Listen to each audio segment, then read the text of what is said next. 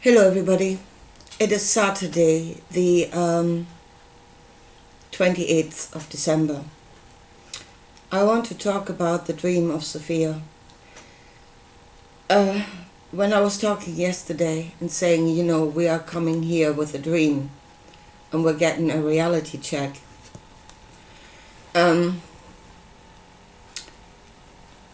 And I was thinking yesterday when I made the video, actually we're entering into another dream, and our dream is not compatible with the dream that is here.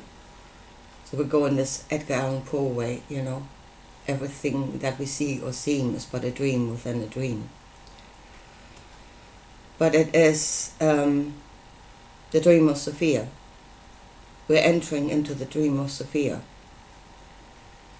and the wisdom of Sophia. Of course, as I said, the spiritual creates solid reality. So we are in the solid reality of Sophia without seeing the dream. We're not recognizing her wisdom. We're not seeing her desire or what it is she actually tried to do here or is trying to do here. And in a way, I am so sick and tired of people using words that have, I don't know, to me they have no meaning. They sound highly intelligent, but what does it mean? Yeah?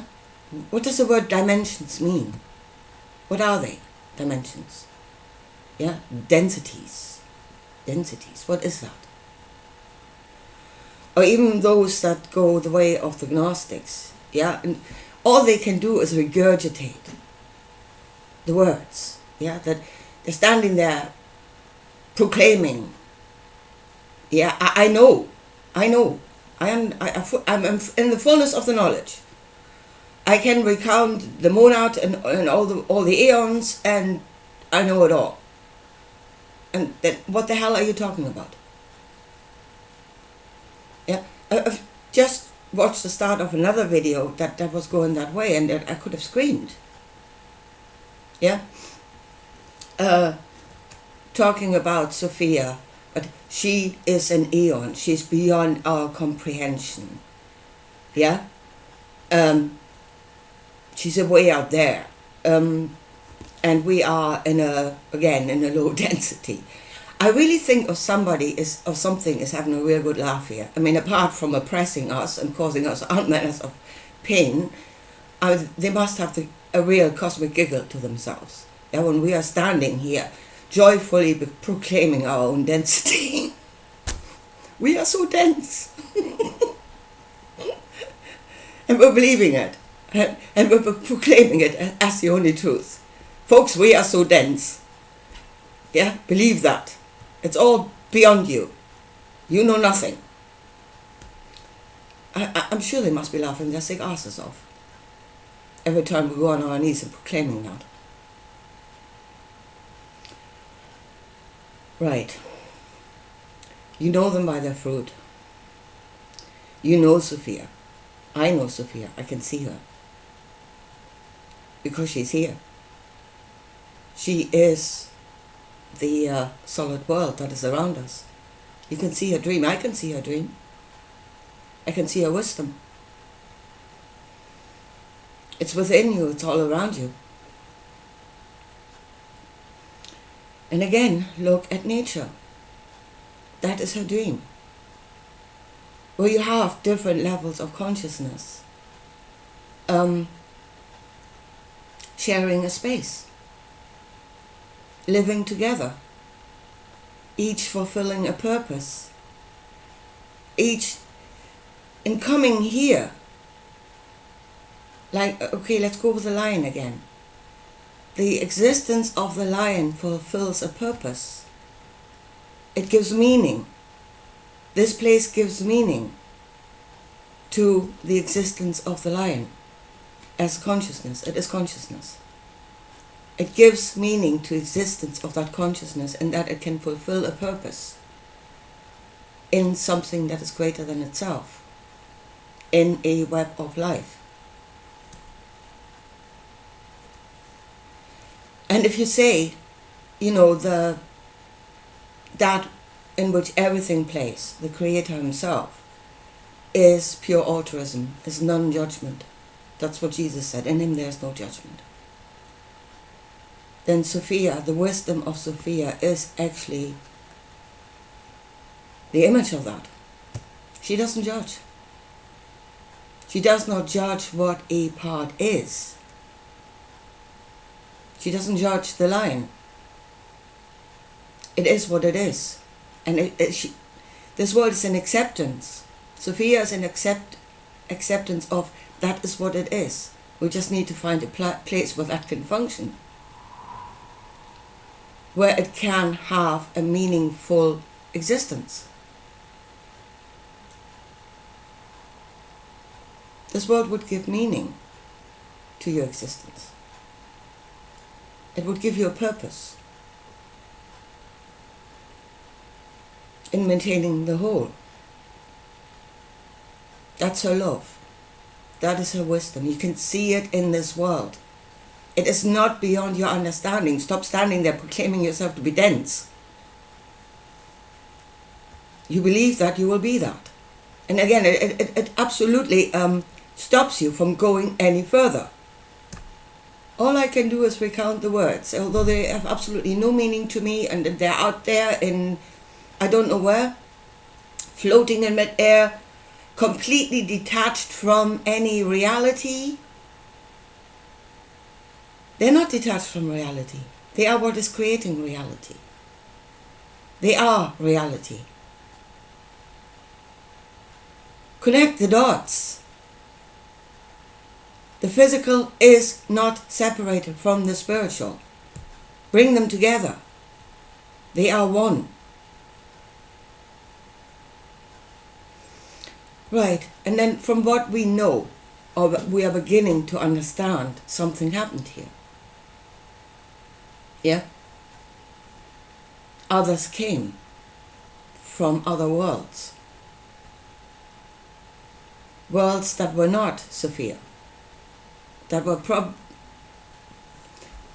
born out of a different intention, maybe? Not the intention of balance and unity and giving a space to live to all. Born out of a different intention. Seeing themselves differently because they were born, they grew out of the experience of a different world. But they came here. I think that is becoming very clear that they were here. Now I think what they found when they found us, or what we were before, is that we were a being that was within the thinking of Sophia, that functioned within the thinking of Sophia without being aware of what it was doing. It was not self-aware. Yeah, it just, the level of the animal, the level of the plants, doing what you're doing because that is who you are, but you're not aware of what it is you are. I think that's what we were. Now, the fact, or what they're saying, the tweak that they did, the genetic tweak, from what I can see, from what I hear, all it did was it gave us a greater capacity to think, the ability for speech, that sort of thing. That should have actually not altered what we were in essence. Yeah? Again, a greater capacity of thinking about it, yeah. And then it says in the Bible that actually led to self-awareness. Yeah? The fact. Now, I don't think they gave us those abilities to lead us to self-awareness. I doubt it. I think that is what they're trying to avoid at all cost. I'll come to that in a minute. They wanted workers. I mean, sorry, straight up, that's what they wanted. That's what the old Sumerian stories tell you. Yeah, they wanted somebody to do the works for them. Yeah, And for that they needed something that could understand orders. They had to understand what it was they were doing, which if they had great technology and they were more advanced in what they were doing, we needed to understand that. So we needed those capabilities to function, to do what we were supposed to do.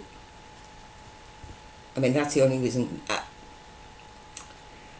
Again, it had the side effect that it would lead maybe to self-awareness, which is exactly what happens in the story of the garden. Yeah? And there seems to be a law, a cosmic law.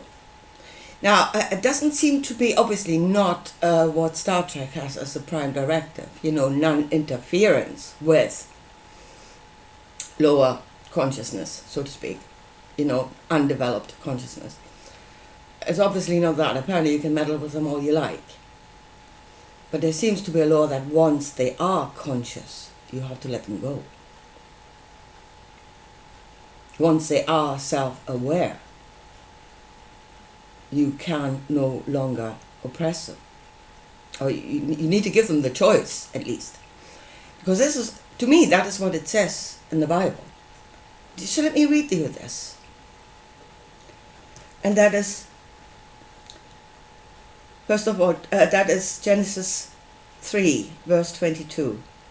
And the Lord said, behold, the man is become as one of us, to know good and evil. And that is self-awareness.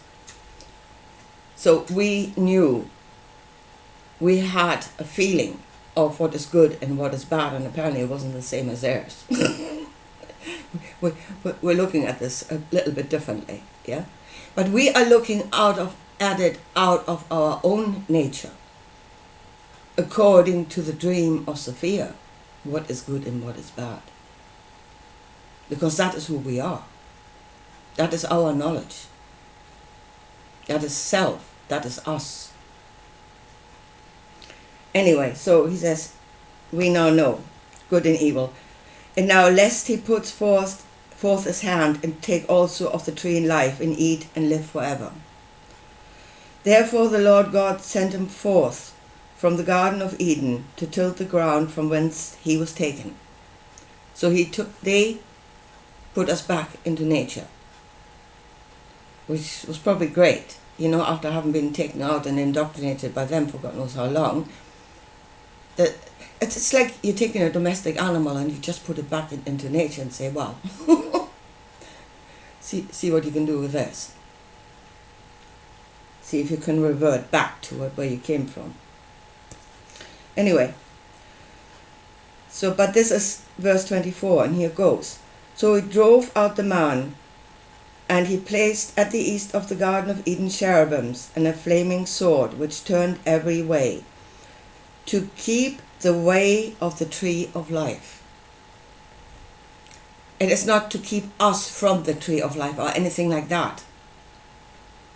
To keep the way of the tree of life in keeping with the way of the tree of life. And to me that reads like, once something becomes conscious, self-conscious, you can no longer enslave it. There's your cutoff point.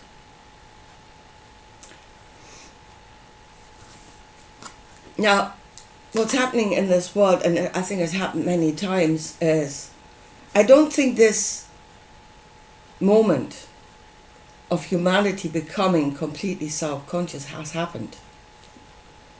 Or it only happened in small pockets somewhere. And then it was suppressed. If there is a law that says if something becomes self-conscious, you have to let it go, then what they're doing at the moment, and that is preventing this point from happening, at all cost, by confusing us, by driving us this way and that way, our thoughts, of what it is we were in, and all the way out there. And you're dense anyway, believe that. So if there is a real effort to prevent this moment from happening, then I don't know if they're not stretching the law a bit here. Yeah? Well, once it awakes, you have to let it go. But are you supposed to suppress that awakening at any cost? Or is that kind of stretching the law?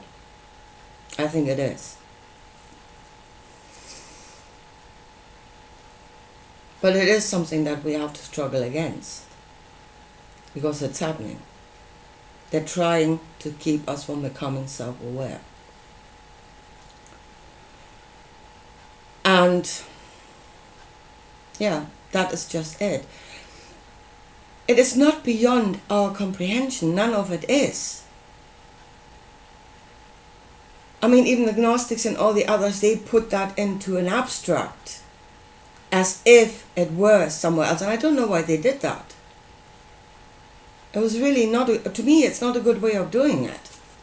To keep the knowledge from the masses. Why? The masses cannot handle knowing what they are? How can you not handle knowing your own truth? Yeah, who told them that? What were they connected to that told them, oh no, you mustn't tell the masses. You are the elevated ones. You are the ones that can handle the truth. You know, if anything was dense in this world, it was probably then. They were probably denser than the rest of us. By following that way of the suppression of the truth, that it should only be known by the elect, by the elevated few. And again, are they in that thinking according to this world, or is that the pyramid system that was of the other world that's increasingly becoming this world?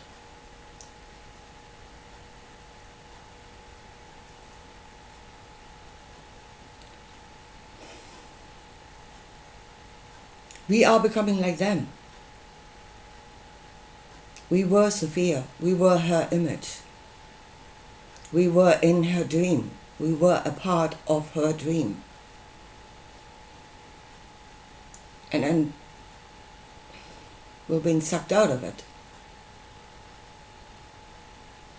into another reality that is, in heaven everything is so much greater. No, it's not. I don't think it is. So if we're going back, if we are going back home, then that is what we must be. And we cannot judge, and we cannot see ourselves as elevated. We are, that is the truth. Everything is depending on everything else. We are depending on the mineral, the vegetative, the animal.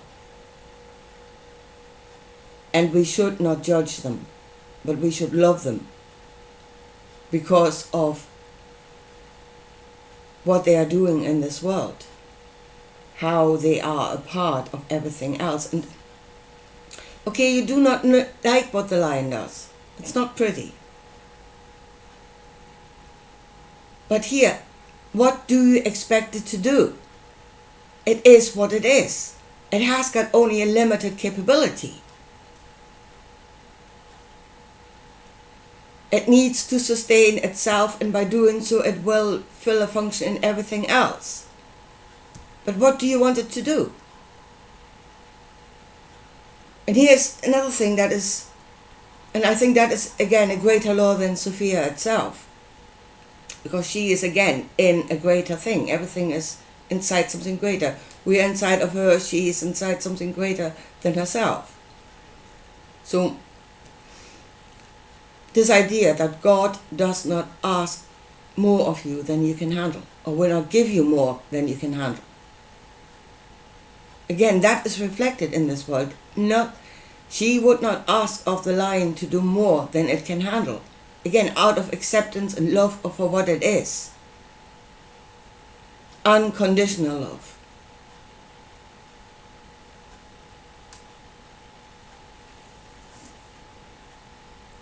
So why are you judging it?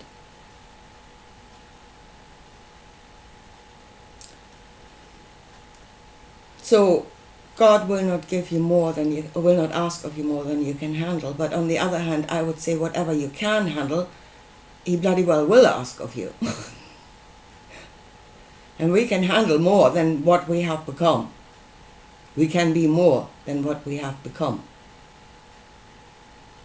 We are not the dense idiots that we are indoctrinating ourselves into believing that. It's just this, somebody's laughing their sick ass off somewhere, watching us. Beating ourselves down. Joyfully. Do it joyfully. To please the Lord. It is so nuts. And this is the last thing. Lest he stretches out his hand and eats of the tree of life and live forever. And in order to receive of the all, you will have to stand in your truth. Whatever you ask for needs to be, you cannot be in two minds about what it is you're asking for. You need to stand in certainty. And now, how do we reach this point of certainty where there is no more doubt? Yeah, you have stepped on the serpent's head. Down, boy. Out of my way. Either, and here again, you can go the way of Jesus. And I say he did so for a purpose. He wanted to reveal something, so he needed to become that. Yeah? That is why he did it. There was an intention there. He intended to reveal something. He did. He revealed New Jerusalem. He knew it. So that is why he went that way. And that is the way of denial of self and becoming something else and then standing in that certainty. The certainty of what you have become.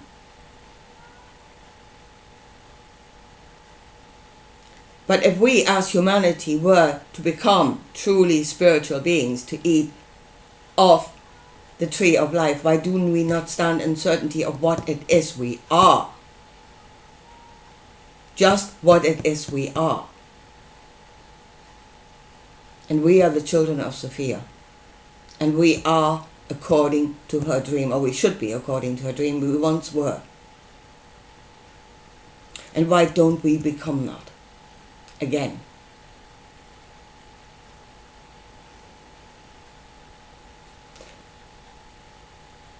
A long time ago, when I sat on my doorstep in the morning, with my cup of coffee and me fag, as I do in the mornings, I had this thought, if you love something, you set it free. And if it returns to you, it is yours. And if it doesn't return to you, it was never yours to start with. We were set free. We are free. We are looking at all the possibilities. We now have a choice. I mean, in a way we don't have a choice, because we are being proclaimed all those possibilities out there are the only truth. We don't even know what we are. So that choice has kind of been taken away from us. The choice of our own truth has been taken away from us. But if we truly had the choice, why not return home? Why not be what we are? And to see the truth of Sophia, to see her dream, to see her thinking, to see her wisdom in what is created. See the spirit in the form that it has created. And then, out of our own free will, once we have the clear choice, return. I would. And then maybe once we made that choice and we're standing in our own truth, maybe then we can eat from the tree of life we get the energy, the cosmic energy that is given to all, because our own judgment will no longer stand in the way of us receiving.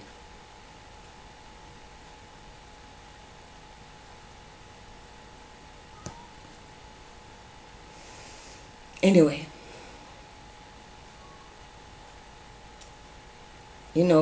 talking about Sophia, talking about our cosmic mother, she's here. You are her. She's within you. She's all around you. See her. And then see once you grow up if you want to be that. Anyway, sorry.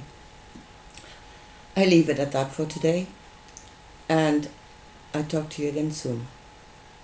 Bye.